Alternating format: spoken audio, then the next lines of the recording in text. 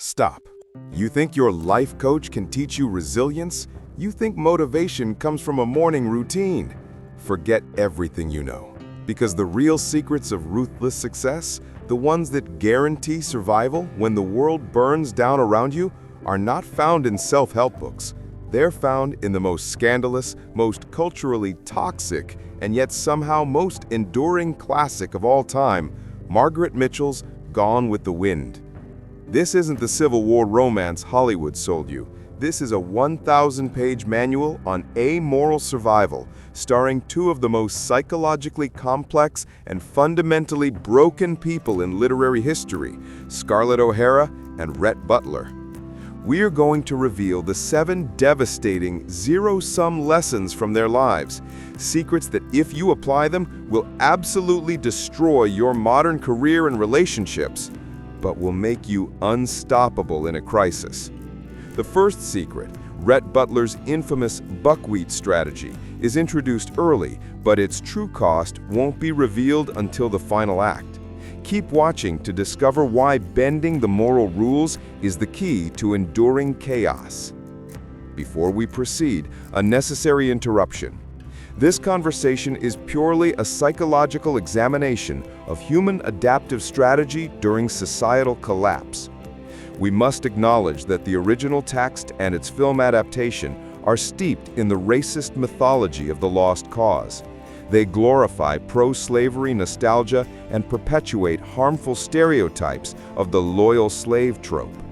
Our goal here is not to endorse the historical context, but to extract the ugly, brutal, and yet profoundly effective survival mechanisms used by its flawed protagonists, treating them as case studies in human resilience.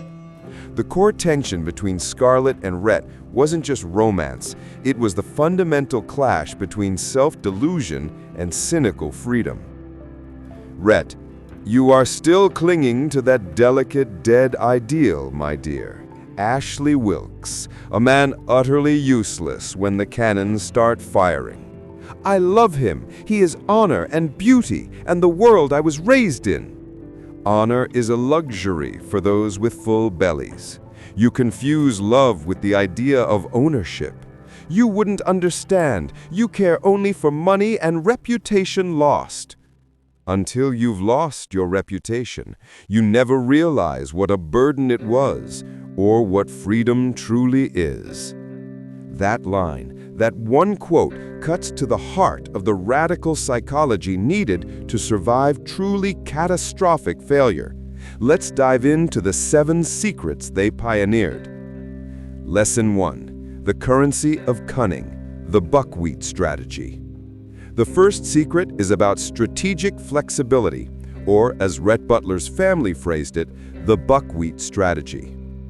During the war, while the gentlemen of the South were sacrificing everything for honor, Rhett made his fortune by blockade running and exploiting scarcity. He had no allegiance except to profit and survival. When his family called themselves buckwheat, they provided a philosophical rationale for amoral opportunism. The distinction is crucial. Ripe wheat is stiff and dry. It breaks in the storm. But ripe buckwheat, it bends, it has sap, and when the wind passes, it springs back almost as straight as before. This meant bowing to the inevitable, playing along with lesser folks, and taking what they could get, all while biding their time. But this strategy requires deep moral compromise.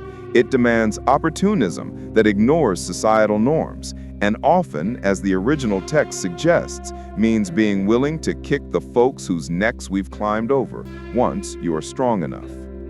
Therefore, the lesson for the modern entrepreneur or survivor is this: when chaos hits, whether it's a market crash, a career pivot, or a personal crisis, you must prioritize being limber over being morally righteous. Stop being stiff-necked wheat, easily flattened by the storm. Start being highly opportunistic buckwheat. This flexibility is the secret of survival when systems collapse. Lesson number 2 comes from Scarlett O'Hara, standing on the ruined earth of Tara after the war has stripped her everything. No food, no money, no security. Her famous vow is not one of romantic victory, but of fundamental physiological survival. She looks at the devastation, the starvation, and utters the words that define her entire trajectory of ruthless ambition. As God is my witness, I'll never be hungry again. Her obsessive focus on the base of Maslow's hierarchy of needs, securing food and shelter, means she completely sacrifices her higher needs, love, belonging, and self-actualization. She becomes so terrified of hunger that she cannot enjoy wealth when she achieves it, proving that adaptation to trauma comes at a profound emotional cost. Therefore, the modern application: before you chase your passion, purpose, or higher ideals, you must ruthlessly secure your foundation. Ambition only works if it first resolves the primal fear of scarcity. Scarlett embodied the idea that burdens are for shoulders strong enough to carry. If you are still financially fragile, every decision must serve the base of the pyramid first, even if it feels morally or emotionally difficult. Lesson number 3, the delusion of desire, Ashley Willis. For years, Scarlett pursued Ashley Willis relentlessly, sacrificing real love, family stability, and her own emotional well-being. Ashley was not a real man to her. He was a symbol of the idyllic lost past, a symbol she needed to validate her own desire. She eventually realized that she never truly loved Ashley, but was merely captivated by the idea of him, the inaccessible fantasy. She lost years with Rhett, the man who understood her selfishness and determination, by mindlessly chasing the wrong guy. But there is a dark utility here. This delusion provided emotional fuel. That impossible dream gave her the drive, the fixation, and the narrow focus she needed to fight and claw her way through the devastating Reconstruction era. Therefore, identify your Ashley Willis, the inaccessible fantasy goal, the perfect career, the ideal partner, the unattainable standard that you pursue at the expense of reality. The secret here is dual. Use that delusion as a temporary fuel source for action, channeling that intense, misplaced desire into productive ambition. But you must be aware of the exact moment it transitions from motivation to chronic self-sabotage, draining your real-life relationships and opportunities. Lesson number 4, freedom through reputation, the burden of approval. Rhett Butler was a social pariah, a scorned outsider who cared nothing for the rules of the society he inhabited. He was a man who deliberately cultivated a reputation of moral ambiguity, which served him immensely. This social exile was not a punishment, it was a strategic asset. He had already lost his reputation, meaning he was immune to social pressure and the moral judgment that paralyzed other men of the South who valued honor above survival. Rhett's philosophy: until you've lost your reputation, you never realize what a burden it was or what freedom really is. But this freedom comes at the cost of authentic connection. Rhett operated in isolation, unable to truly connect because his radical authenticity alienated everyone who adhered to social norms. His detachment guaranteed survival, but denied him warmth. Therefore, the secret is recognizing the astronomical cost of performing approval. Most people are shackled by the fear of what others think, a burden far heavier than any financial debt. Cultivate the courage to do without a reputation, allowing you the flexibility to pursue unconventional, highly profitable, and potentially controversial paths without the psychological drag of needing validation from your peer group. Lesson number 5, the power of deferral. Tomorrow is another day. Scarlett's greatest psychological tool against paralyzing stress was her ability to strategically delay the processing of trauma. She consistently used the mantra, "I can't think about that right now. If I do, I'll go crazy." This is often dismissed as denial, but it is in fact an essential survival mechanism during periods of high-intensity stress where cognitive overload threatens immediate action. She recognized the mental resources required to process grief were unavailable while her life was actively threatened. Her final, most famous line, uttered after the ultimate emotional collapse, "After all, tomorrow is another day." But deferral is not problem-solving. It is merely emotional triage. If overused, it becomes chronic avoidance, leading to accumulation of unresolved issues, exemplified by her inability to truly face her feelings for Rhett until it was too late. The deferred processing eventually catches up, often catastrophically. Therefore, learn the strategic art of the pause. When you face an overwhelming, complex issue, use the deferral technique to maintain short-term functionality. Break the immediate thought pattern and allocate the complex problem for dedicated, high-energy cognitive work later once you have secured a position of stability. Do not let complexity freeze your immediate ability to act. Lesson number 6, The Price of Loyalty, Melanie Hamilton.